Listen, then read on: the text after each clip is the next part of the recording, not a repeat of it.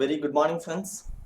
So, we are into the sixth day of our crash course, and today we are going to start with one new chapter.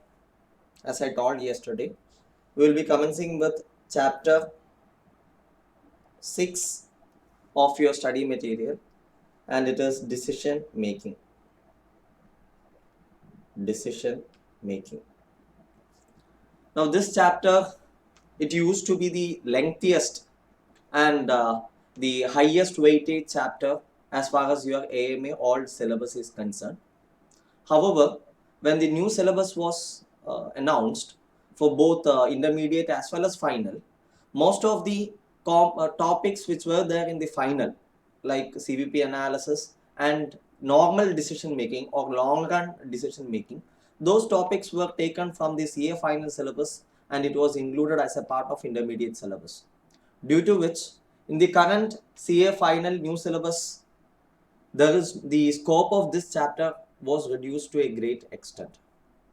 Now, this chapter as such will carry a weightage of say 10 marks or 12 marks. You can expect a 16 marks question from this comprehensive 16 marks question, or you can expect 8 plus 2 or 8 plus 4 or 8 plus 8 like that. Okay, but let me tell you, this chapter forms the fundamental of most of the other chapters which we are going to see here on. Even the chapter which we saw yesterday, like pricing decision, we had used the concepts of marginal costing, and we had the concepts of contribution analysis. Then many things which we discussed in the last class were taken from the concepts of this particular chapter, chapter 6. Okay, so from that perspective, this chapter is very important, but from your exam perspective, the weightage is very much limited. Now, as far as today's class is concerned, as I have already told you yesterday, we will be concentrating on the concepts and also the problems from the institute study material. Okay, now as the concepts from the institute study material is not sufficient to cover the entire aspects of this question, I will cover the concepts from my own material also. But as regards the problems are concerned, I will be restricting the problems only to the institute study material.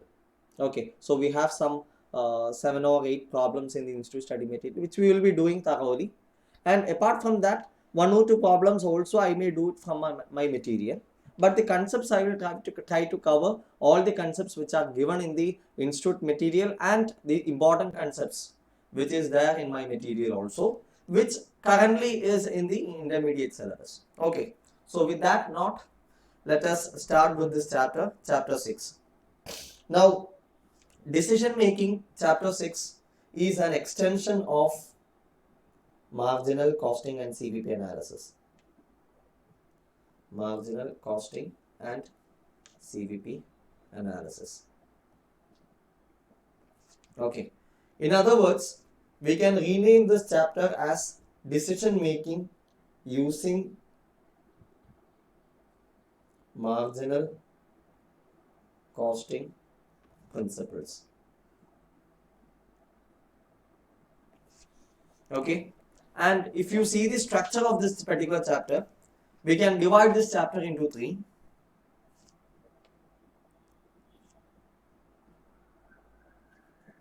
One is basics of marginal costing and CVP analysis. Then you have the second,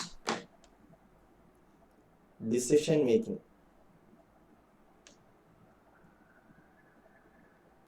Using marginal costing.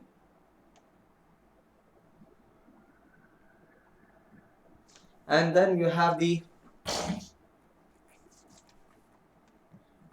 third category, that is relevant costing.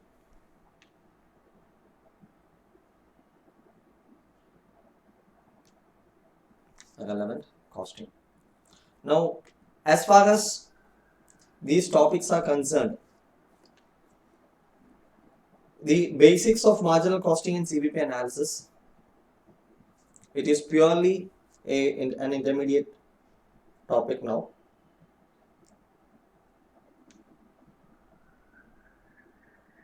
Okay, we will this particular the concepts, though these concepts are used for the decision making in relevant costing as well as decision making. As such, this topic is included in the previous syllabus itself. Okay, now coming to the decision making, this can be divided into two. One is long run decision making,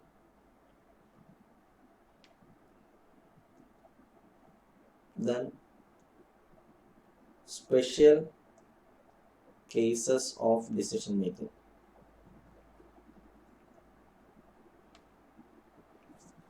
Okay, and long run decision making as such, this is also taken to the intermediate syllabus.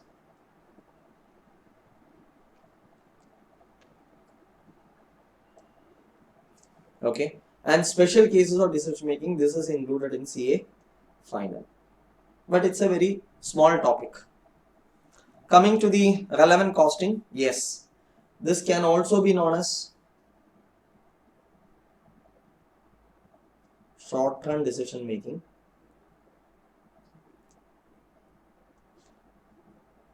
or evaluation of alternatives.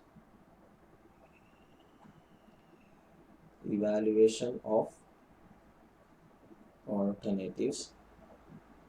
This is also included in CA final. So if you see the CA final syllabus, we have only two topics from this.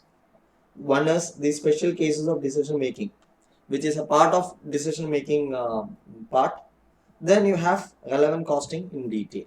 Okay, except for these two, the other topics which are the basics of marginal costing and the long run decision making problems, these two are included in the intermediate syllabus only.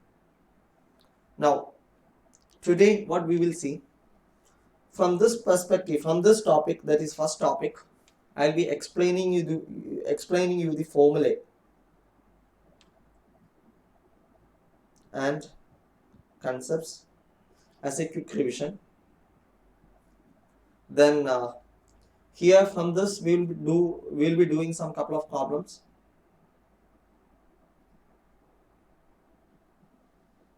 And as far as these two are concerned, we will do all the problems from material. Study material.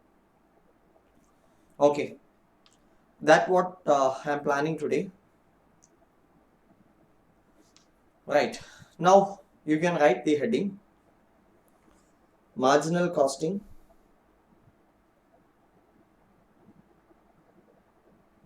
and CVP analysis. Okay, actually this entire topic requires one full day for an effective class, but then due to various reasons I explained you, due to its less weightage in the syllabus and etc., we are constrained to complete it in 1 hour. Okay, so let's see. Right, now you can I had shared you 3 materials today, yesterday, with regard to the 6. One is chapter 6a. Chapter 6a is all about this particular portions. Okay, then I had shared you 6b, in which we are covering the decision making and special decision making. Then 6c purely on the relevant costing. Okay, so you can keep these 3, 6a, 6b, 6c open.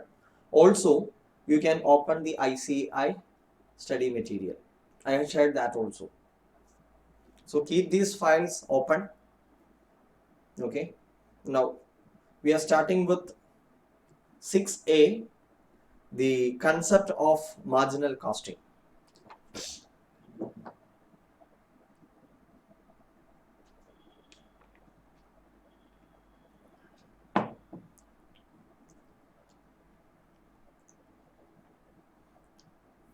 Okay, so the first concept to be learned here is Meaning of marginal costing. Meaning of marginal costing.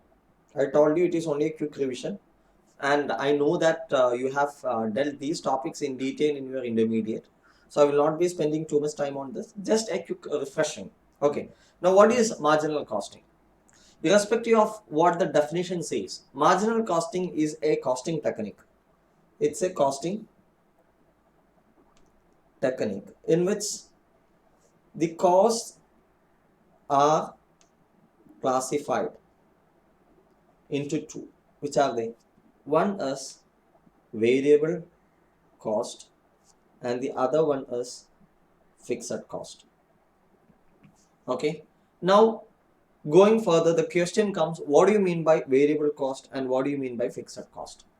Variable cost, also known as marginal cost. Okay, variable cost is nothing but the cost that varies with respect to the activity level. Okay, activity level. What do you mean by varying with the activity level? It means that when you are selling one unit, if the cost is 10 rupee, okay, 10 rupee per unit, if it is a variable cost, the moment you produce 2 units, it should become 20 units. 20 rupees total. Okay. Then if you produce 3 units, this should become total 30. If you produce 4 units, it should become 40. So like that, as the number of units produced or sold increases, in proportion to the number of units, this cost should also vary. Okay, so there are two conclusions for this variable cost. Conclusion number one, variable cost per unit is constant.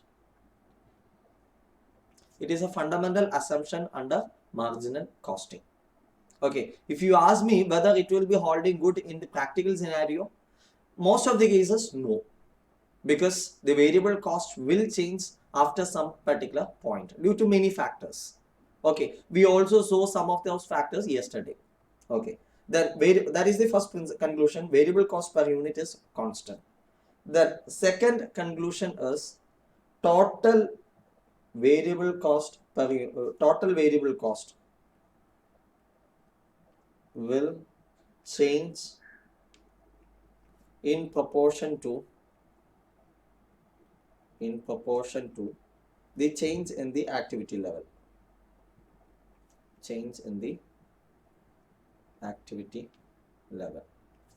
Okay, now I told you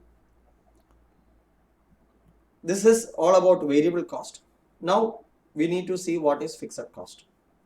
Okay, so fixed cost is any cost which will remain fixed throughout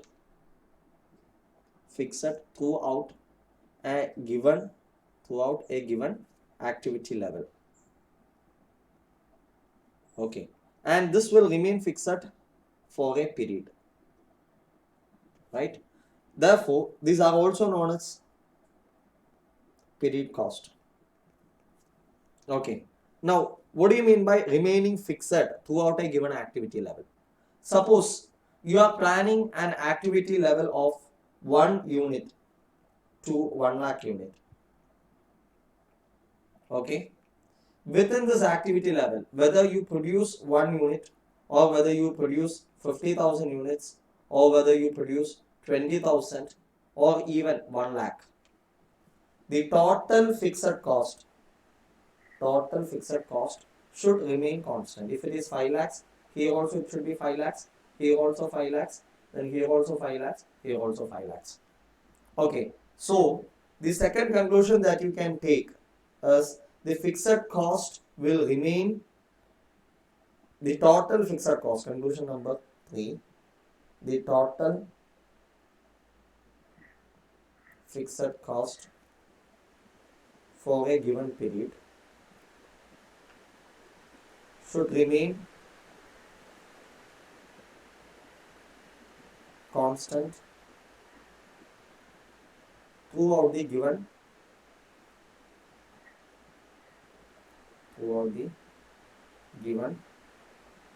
activity level. In bracket you can write irrespective of the level of production.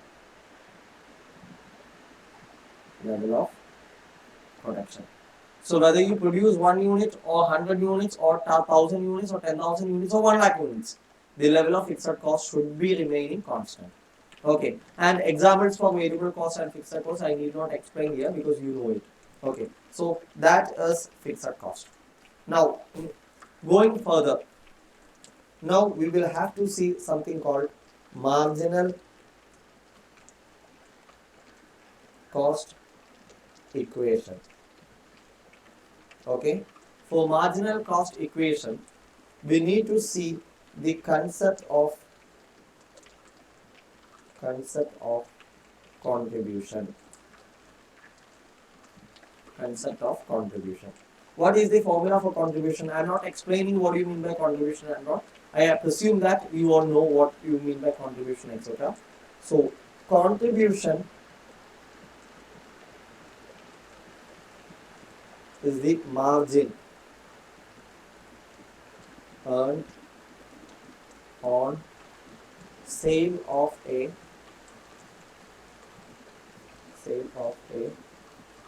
product over and above product. Margin earned on sale of a product. Okay, that's it. Now, contribution. What is the formula? Contribution per unit is equal to selling price, or first I will write contribution is equal to sales revenue minus what? Minus variable cost. Now, total contribution is nothing but contribution per unit into number of units. Okay, that is equal to sales revenue. What is the formula for sales revenue? Selling price per unit into number of units minus variable cost. The formula will be variable cost per unit into number of units. Now, since number of units is common in both the sides, RHS as well as LHS, we can cancel these two things, the number of units from both the sides. This will become contribution per unit is equal to selling price per unit minus variable cost per unit. Okay, so this is the first formula, the concept of contribution. Okay, now going one step further, the conclusions what you can make from out of this is: 1. The contribution per unit will remain constant. Why contribution per unit will remain constant? Because the selling price per unit and variable cost per unit will remain constant. If selling price per unit is constant and variable cost per unit is constant, then selling price per unit minus variable cost per unit should also remain constant. Okay, so contribution per unit will remain constant. Then conclusion number 2, total contribution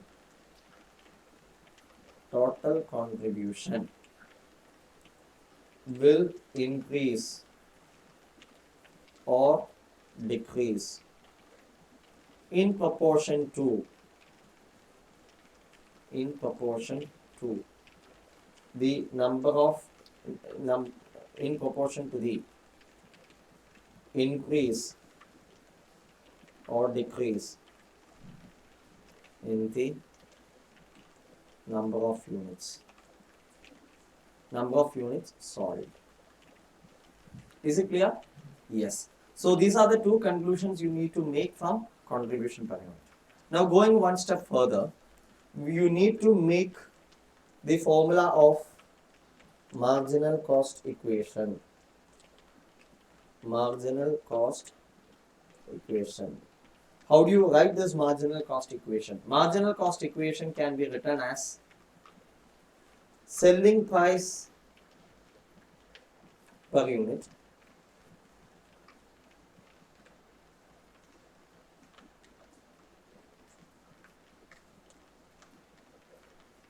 less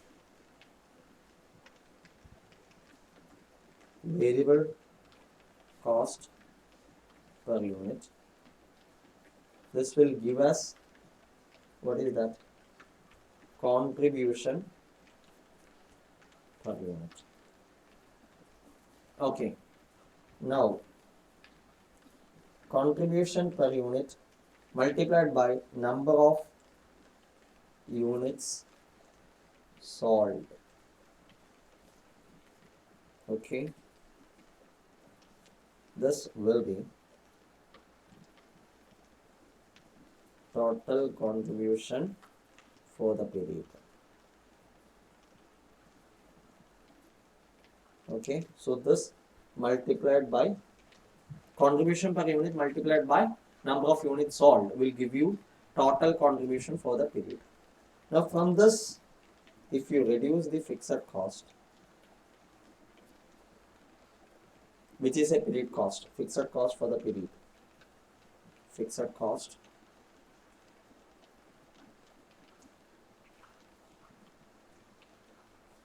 you will get the profit for the period. Profit for the period. Now, there has to be certain points which needs to be kept in your mind. Number one, contribution is the net margin earned from the number of units of the product sold. Okay, unless you sell a particular product, you can't earn any contribution. Unless you earn a contribution, you can't recover a fixed cost. Which means merely by producing some products and keeping it as an inventory will not generate any contributions to the entity. Okay, thus any product held in inventory will not generate any contribution. Okay, point number one. Then point number two, the fixed cost for a period should be charged against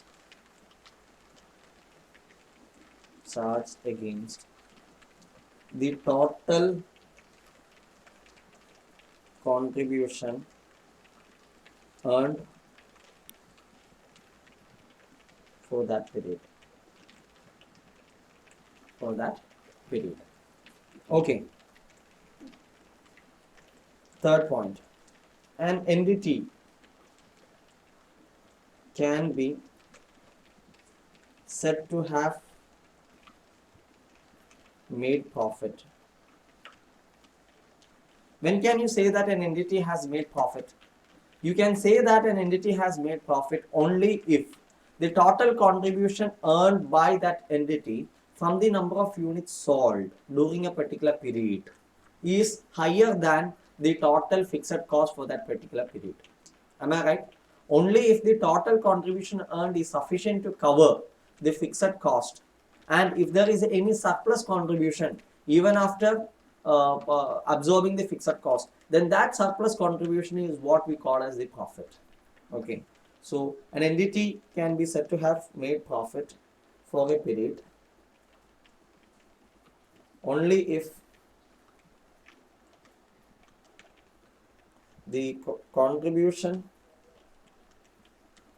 for such period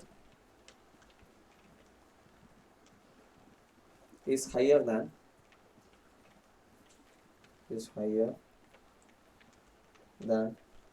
the fixed cost for the period.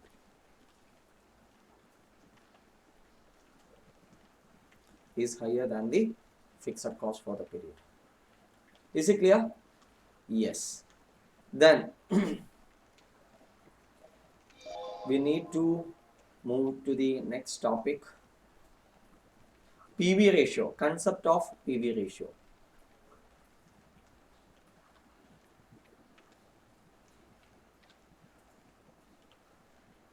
Okay.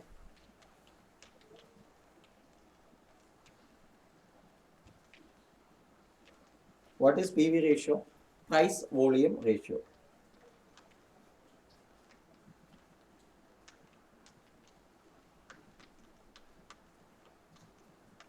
Okay. What is the formula for PV ratio? Before that, this denotes the relationship between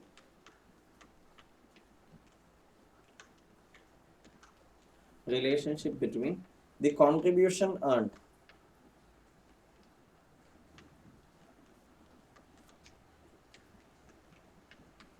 and sales value, sales revenue and sales revenue earned during a period. Friends, we have already seen that selling price per unit is a constant, is always constant. That is one assumption. Okay, then we say that variable cost per unit is also constant. So the contribution per unit, which is the difference between these two, that will also constant. Okay, so whether you produce 1 unit or 100 units or even 1 lakh units, these three factors should remain constant. That is the fundamental assumption of what? Marginal costing. Okay, if so, then you can work out a ratio between the contribution and the selling price per unit. Say for example, the selling price per unit of a particular product is 10 rupee, and you say that the variable cost is 4 rupee, then it will give you a contribution of 6. Okay, and this is also constant, this is also constant. So that means the ratio of contribution to selling price, okay, will also be a constant figure. Okay, and this contribution to sales ratio will represent what? The margin that an entity is earning by selling one particular unit. Okay, that means if you are generating a sales value of 100 rupees, you will get a contribution of that sales value into PV ratio. Okay, so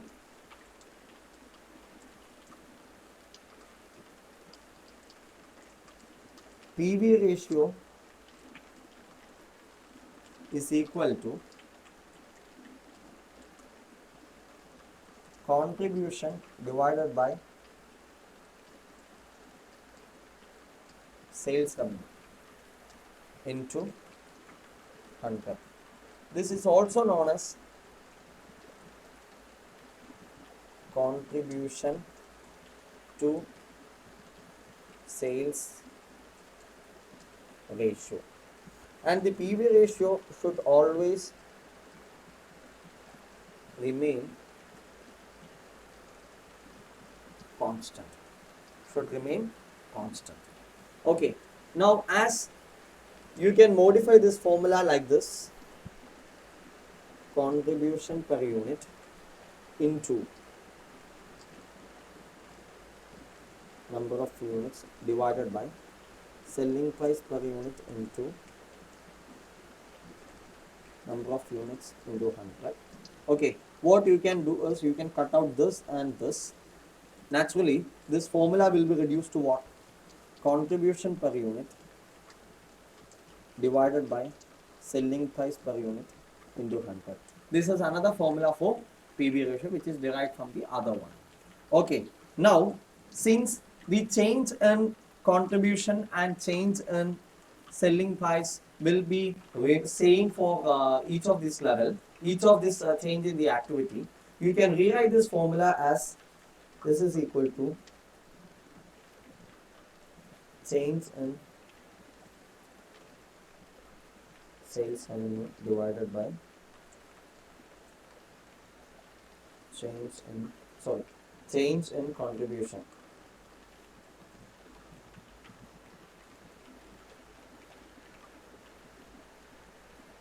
divided by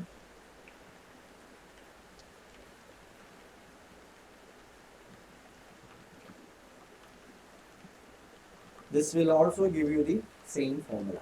Okay, so these are the formula for PV ratio. You can also, as fixed cost will always remain constant, you can also modify this formula as change in contribution will always be equal to change in profit.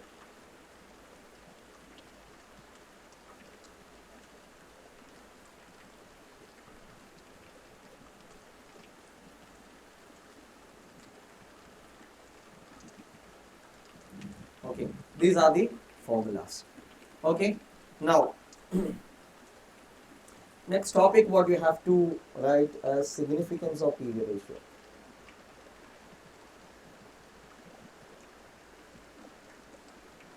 What does PV ratio indicates? PV ratio indicates the profitability of a product. Okay, which means that higher the PV ratio, higher the PV ratio, higher the profitability or more profitable. Similarly, lower the PV ratio, lower the profitability. Okay, this is the significance. Now, having done the PV ratio, you have to move to the next concept called break-even point analysis. Very important concept.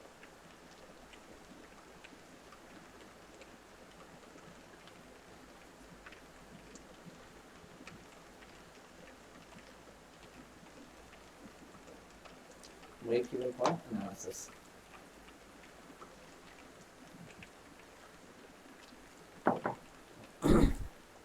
Okay, so what do you mean by break-even point? Break-even point refers to the activity level at which an entity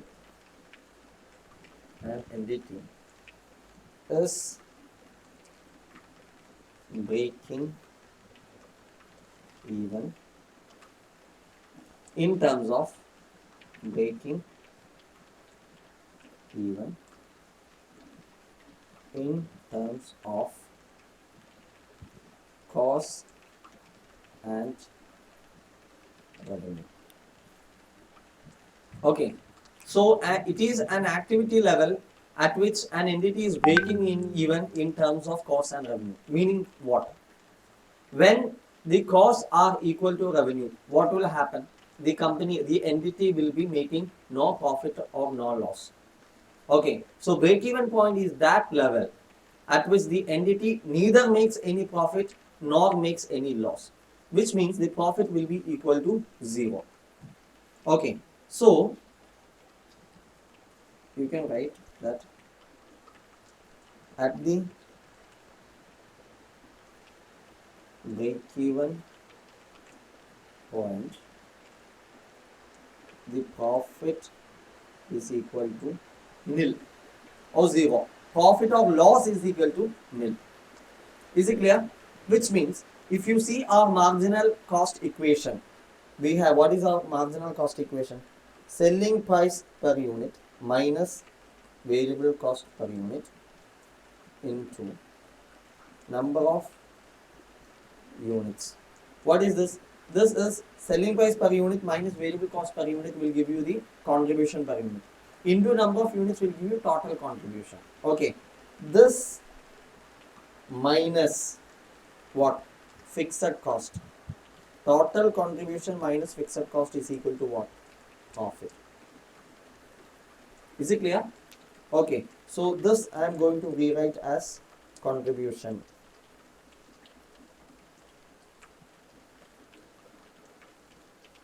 Total contribution minus fixed cost is equal to profit. So at break-even point, what's happened? At break-even point, profit is equal to 0.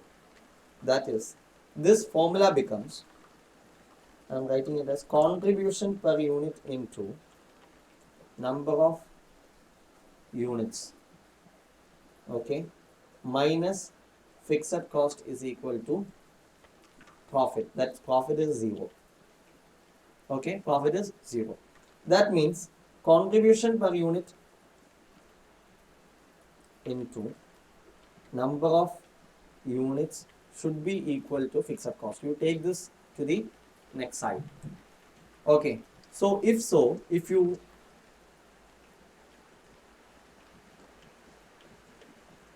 modify this formula, this will also be number of units will be fixed cost divided by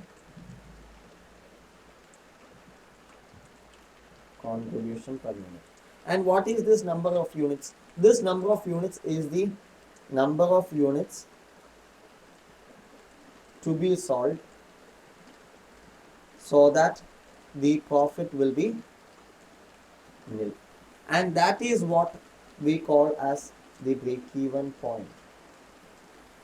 Is it clear? So, the formula for break-even point will be break-even point in units. Units means number of units sold will be fixed cost divided by contribution per unit. Fixed cost divided by contribution per unit.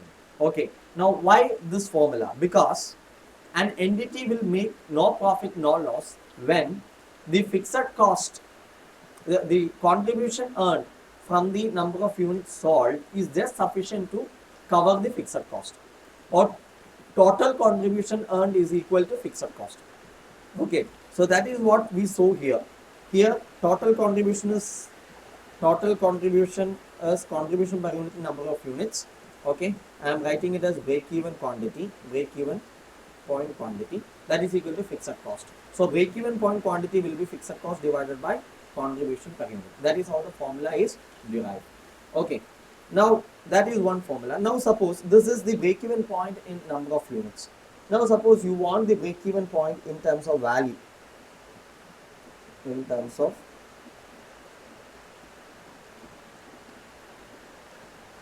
sale value.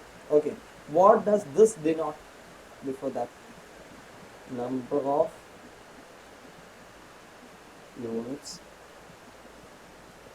to be sold so that the entity breaks even. Okay, now break even point in terms of sales revenue is nothing but break even point in units. That is break even point in units into what? Selling price per unit. Am I right? Okay, you just multiply with it selling price per unit into number of units, it will give you the sales value. If you modify this, what is the formula for break even point in units? We have already calculated that. That is fixed cost divided by contribution per unit. Contribution per unit into selling price per unit. Okay, and this can be rewritten as fixed cost divided by contribution per unit divided by selling price per unit.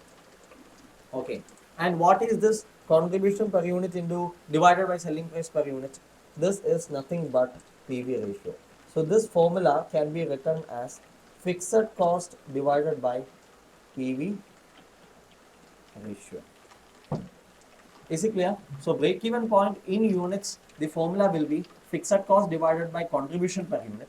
Whereas fixed cost in terms of sale value, the formula will be fixed cost divided by PV ratio. Okay, now next is significance of break-even point.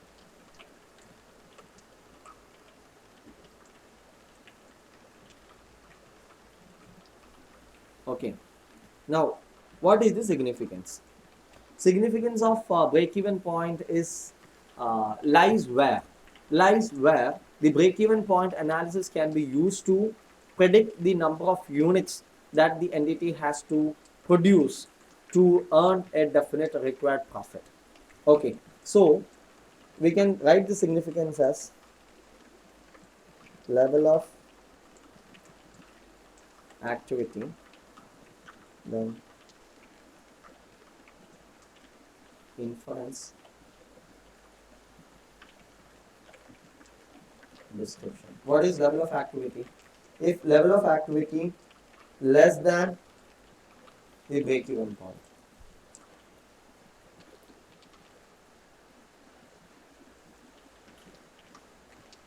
if the level of activity is less than the break-even point, what can you infer? You can infer that total contribution is less than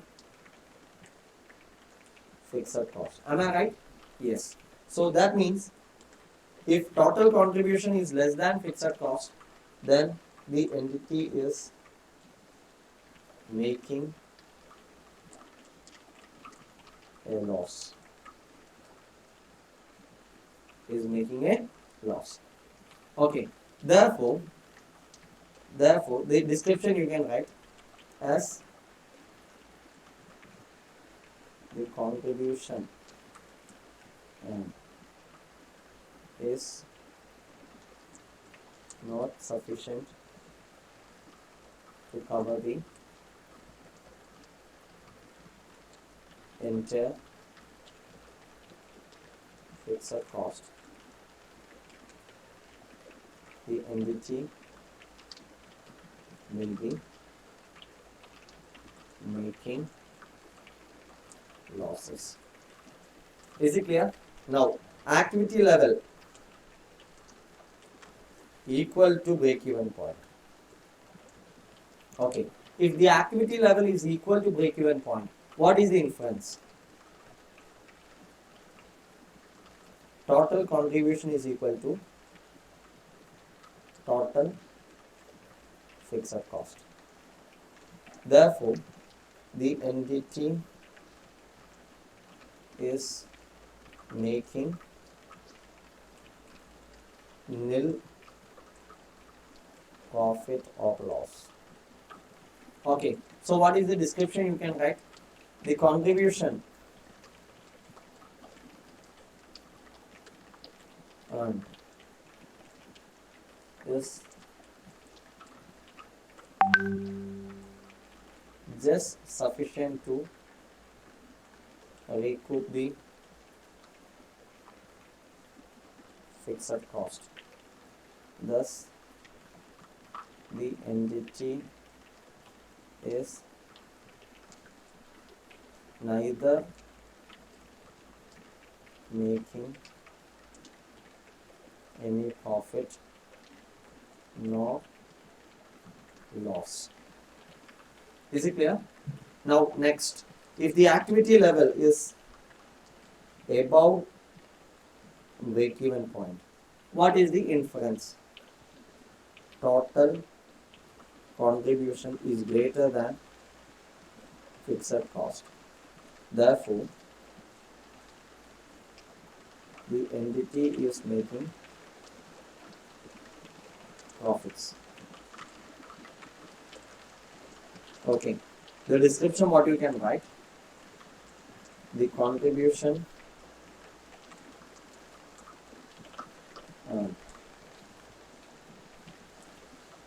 is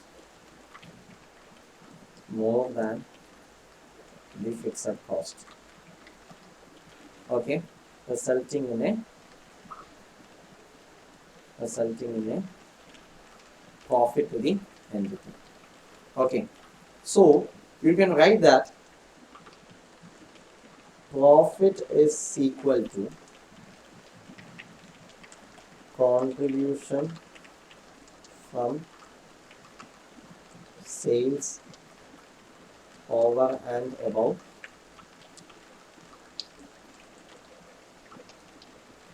break-even quantity. Is it clear? So profit is nothing but the contribution from sales over and above the break-even point.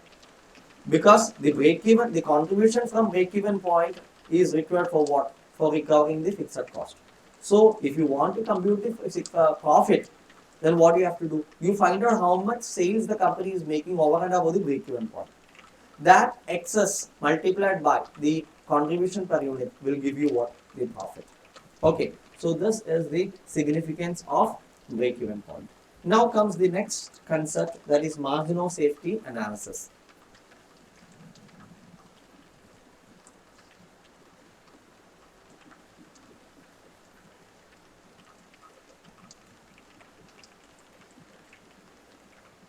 Margin of safety analysis. What do you mean by margin of safety?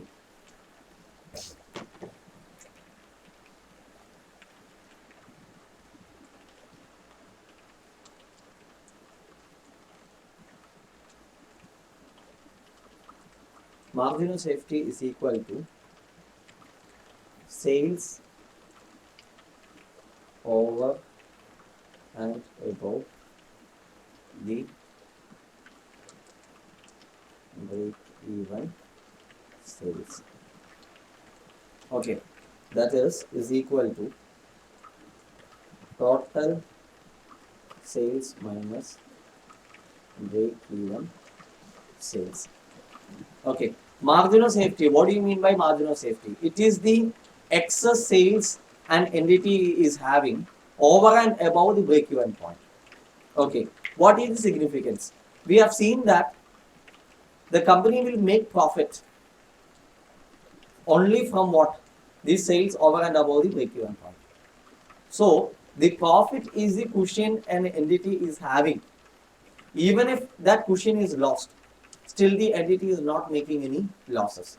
It can go like that. Okay, it can sustain itself. Only thing is that it is not making any profit. But the moment it starts making losses, then what will happen? A time may come. Either the entity will have to keep on putting investments to recover the loss, or a time may come when the entity will not be able to proceed with the operations anymore. Okay, so loss is very difficult to handle, but even if the entity is not making any profit, it can go as its own, because the cost, it is generating sufficient revenue to meet the entire cost. Is it clear? So the margin of safety, which represents the sales over and above the break-even point, refers to the cushion that the entity is having. Okay, because even if sales to that extent of margin of safety is lost, what will not happen? The entity will not make any losses. Okay, margin of safety is the cushion the entity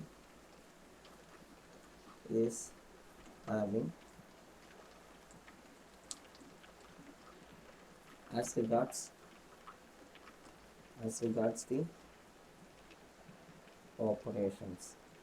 Okay, in other words, even if the sales are declined, the sales are reduced to the extent of margin of safety, the entity will not make will not make any losses. Okay. Loss will be made only if the actual sales goes below the break-even point. So if you have a margin of safety of, let us say, 1 lakh units, so even if your projected sales or budgeted sales falls by 1 lakh, you are still making no losses. Is it clear? That is margin of safety. Okay. And what is the formula? Margin of safety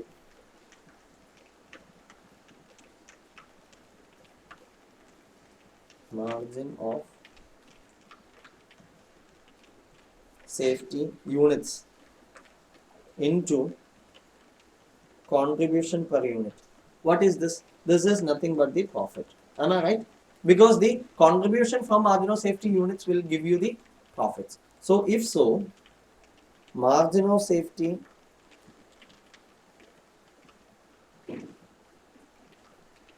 in units is equal to profit divided by contribution per unit. Okay. Now, if you want to get the margin of safety in units in value, what you have to do?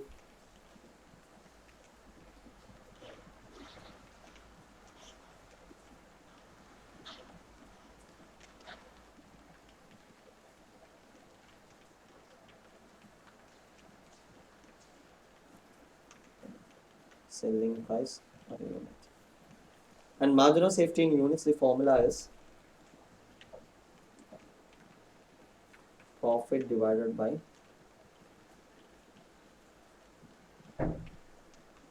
contribution per unit into selling price per unit.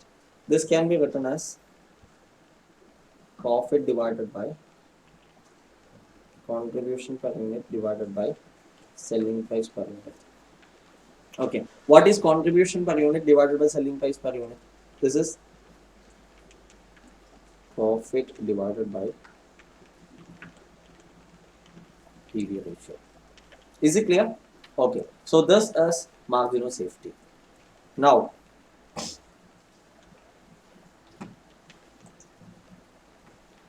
what is the significance of margin of safety?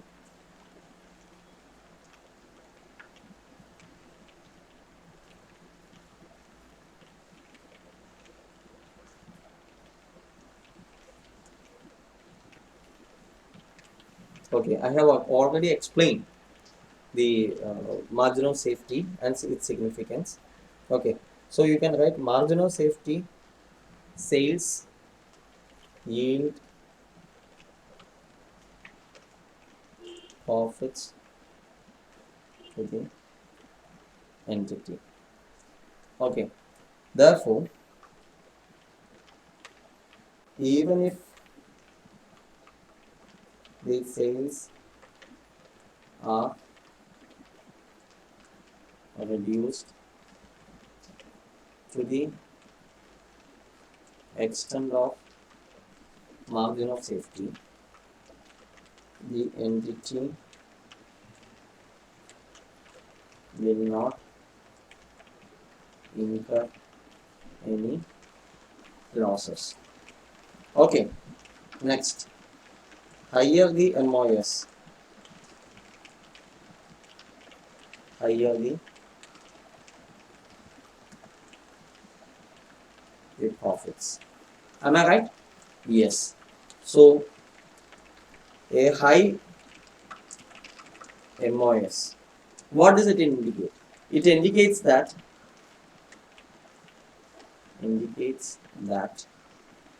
the entity has a high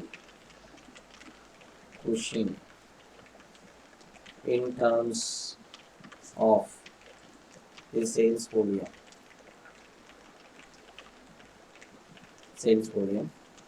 Beyond which only it will make losses. It will make losses. Okay, so that is the significance of margin of safety. Now, going further, we have one more concept called indifference point. Why the heading?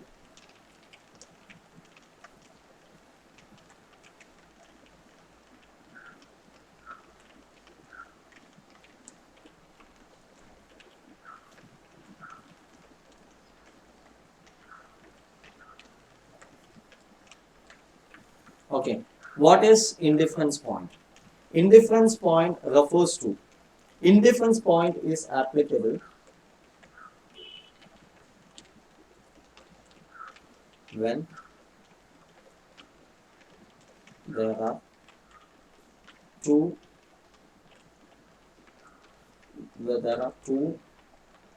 or more alternatives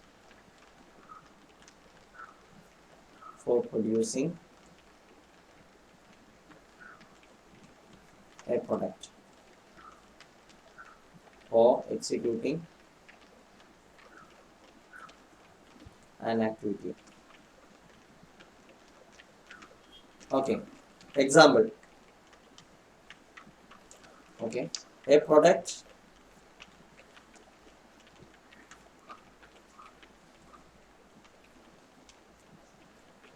B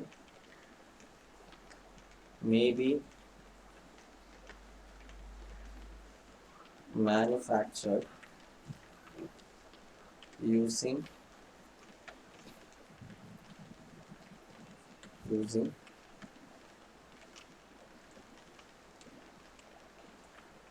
fully labor oriented, non mechanized, or fully mechanized. Minimum labor for operating the machines or something like that, or semi mechanized, partly using machines and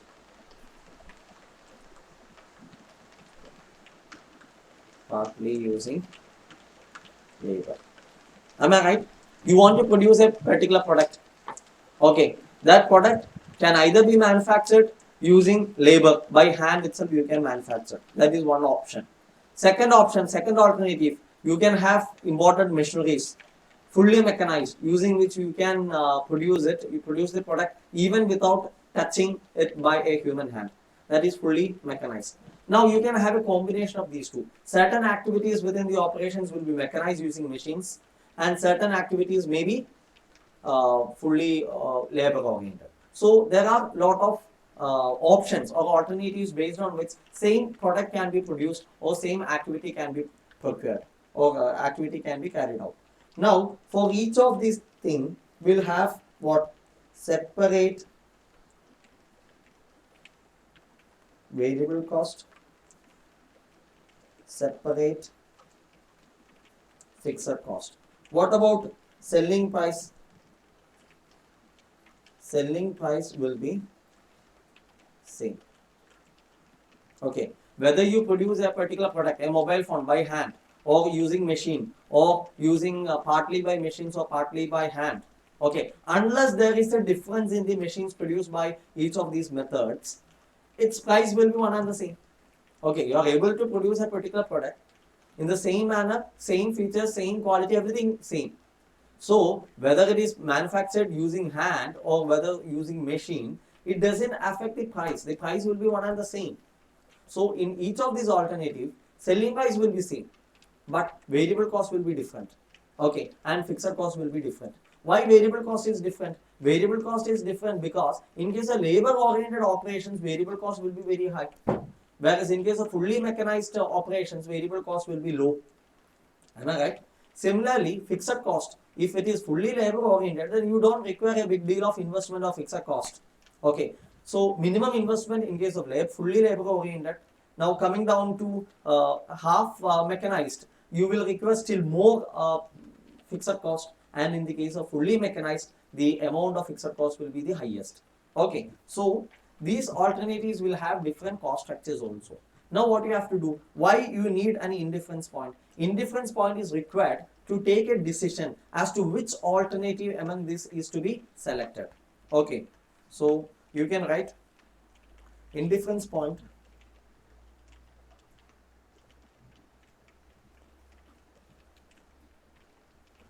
analysis is used to evaluate the different alternatives available for producing a product or executing an activity. Okay, now there is a precondition.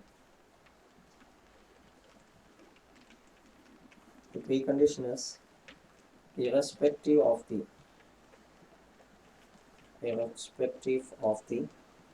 method used for production, the selling price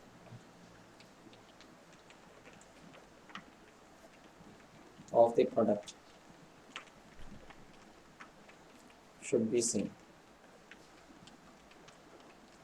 Means whichever method you follow, it is not going to affect the selling price, which means it is not going to affect the features or quality or the appeal of the product. Okay, so indifference point is used to analyze and evaluate different alternatives which are available for producing a particular product or executing an activity, given a selling price for all the three alternatives. Okay, now what is the concept of indifference point? Indifference point is the point is the level of activity,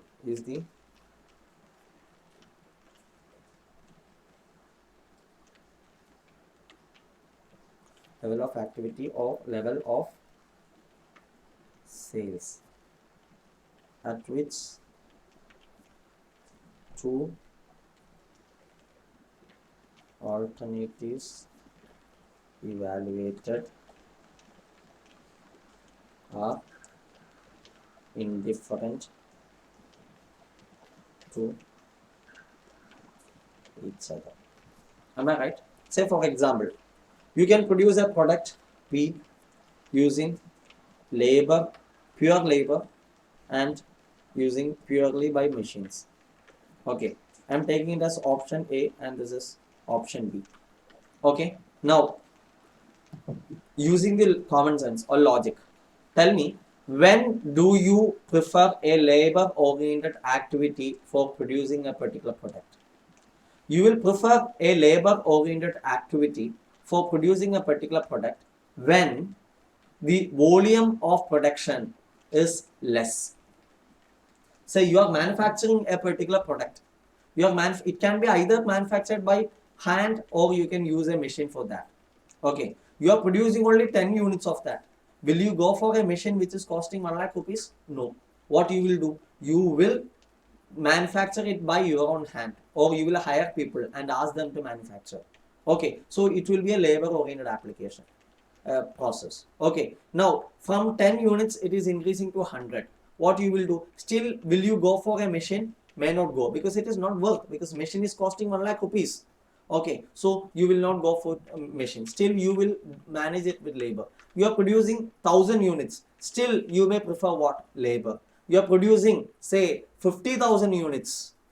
You will have to think twice.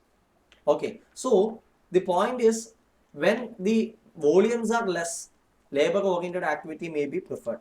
But as the volume increases, after some point of time, it may not be feasible to manufacture that product by hand, or rather it would be more feasible to produce that product with machines. Is it clear? So as the volume increases, you may think of mechanization rather than continuing with the labor. Why? When the volumes are high, because machines will be cost effective. Even if you invest 1 lakh rupees or 10 lakhs rupees in the machine, since you are producing huge volume, that fixed cost of the depreciation or the interest cost or whatever cost that is incurred for the machine can be recouped from the high volume contribution. Okay. On the other hand, if the volumes are less, you can't afford to invest so much because the contribution you are earning from this minimum number of quantities will not be sufficient to cover the fixed cost also. Is it clear? So, labor oriented is preferred for lower levels of volumes and machine oriented or mechanized operations is preferred for higher volumes. Now, as a decision making or management accountant, you have to find out that level of activity at which both mechanized and labor oriented facilities will yield equal yield. Like whether you go for A or B, it is not a matter, because at that particular level both the operations gives you same profit. That level is what is known as the indifference point.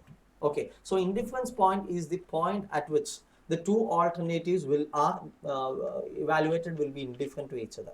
When can you say that an activity and alternative evaluated will be indifferent?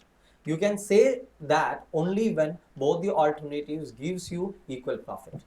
Is it clear? Yes. So you can write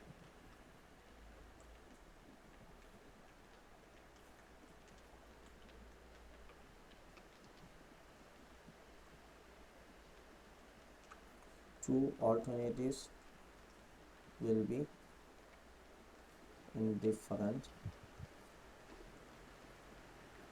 when both the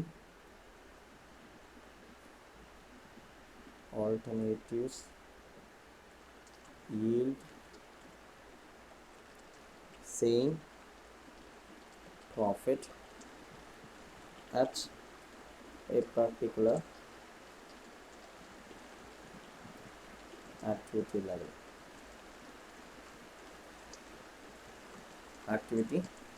Okay, so I'm going to frame an equation. Okay, you have option 1 and you have option 2. Okay, I'm going to write the formula for profit. Profit under P option 1 is denoted as P1 is equal to selling price per unit. Will there be any change in the selling price per unit? No, there cannot be any change in the selling price. Whether you go for option 1 or option 2, the selling price of the product should remain constant. So selling price per unit minus variable cost. Variable cost will be common for both option 1 and option 2? Need not be. It could be different. It should be different. Okay. So I am writing this as VC1. Denotes the variable cost per unit of option 1. Okay. Into what? This is the contribution per unit multiplied by number of units. That number of units is what we need to find out, because at same activity level both the options should give same profits. That is our indifference point. So here I am writing as number of units. What is this? This is total contribution. This minus fixed cost. I am writing it as FC1. Fixed cost 1. That is the fixed cost of option 1. Okay, this is P1. Now similarly, if I write P2, P2 is equal to selling price per unit minus variable cost 2 into number of units. Okay, minus FC2. Am I right? These are the formulas for computing the profits under option 1 and option 2.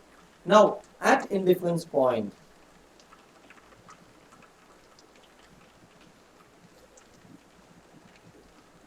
let us denote it as X. Say X.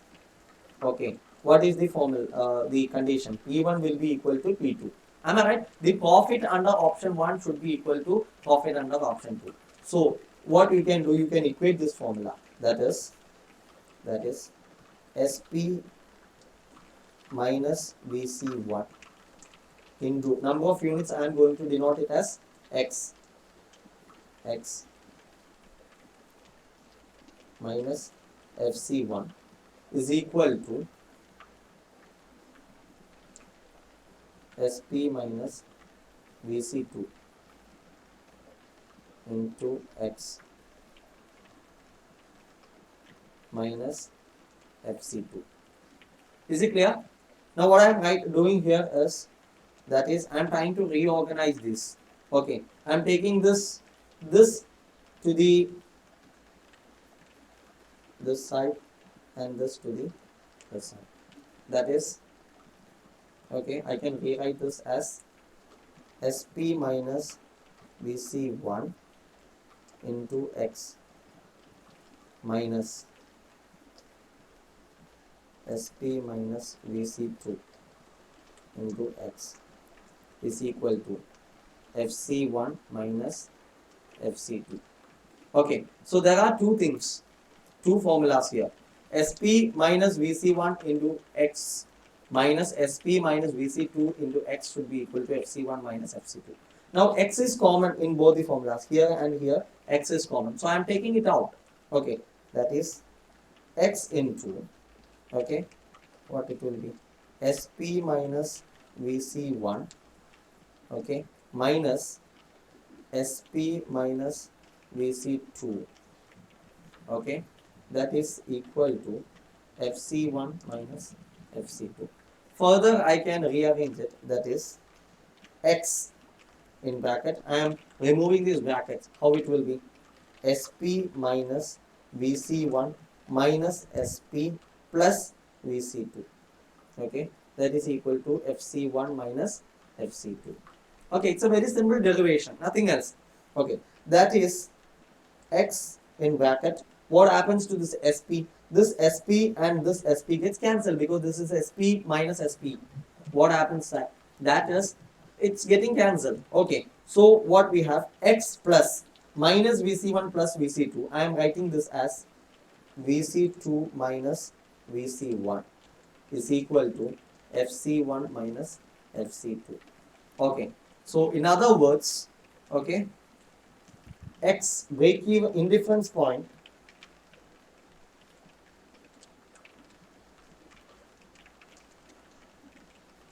x is equal to what is that? fc1 minus fc2 divided by vc2 minus vc1. Okay, just understand, here it is fc1 minus fc2, whereas here it is vc2 minus vc1. Why is it so? Why it is not vc1 minus vc2? Okay, it is because in one option, in one alternative, fixed cost will be higher but variable cost will be lower, whereas in the other one, fixed cost will be lower and variable cost will be higher. So if fc1 is higher, then fc1 is higher than fc2, then vc1 will be lower than vc2. Okay, so this can be rewritten as indifference point is equal to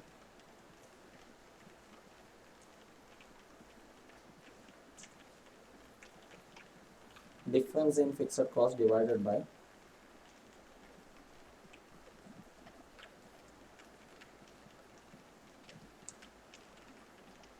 difference in variable cost per unit.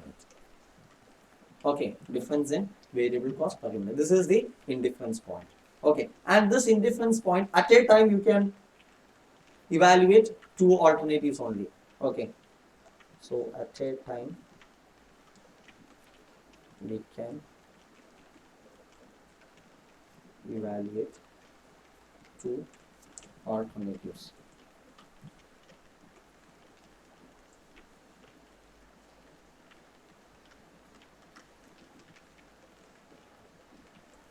So if you have multiple alternatives, say more than two alternatives, what you'll have to do? You'll have to take a combination of two, and you have to do the analysis and take a decision. say if you have option A, B and C, then first you will have to find out the indifference point between A and B, then B and C, then A and C. Is it clear? That is how you do the indifference point analysis. Okay, so this is the formula for indifference point. Now, I think we have to do a couple of problems from this. Okay, so that I'm not doing so many problems from this, a couple of problems, maybe 2 or 3 problems. With that, we will move to the next topic. Okay, so you can take the material which I have shared, 6A, and you have problems here. Okay.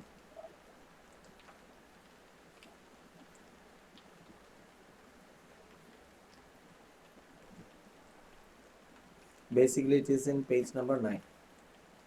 Okay, so I will come after 2 minutes.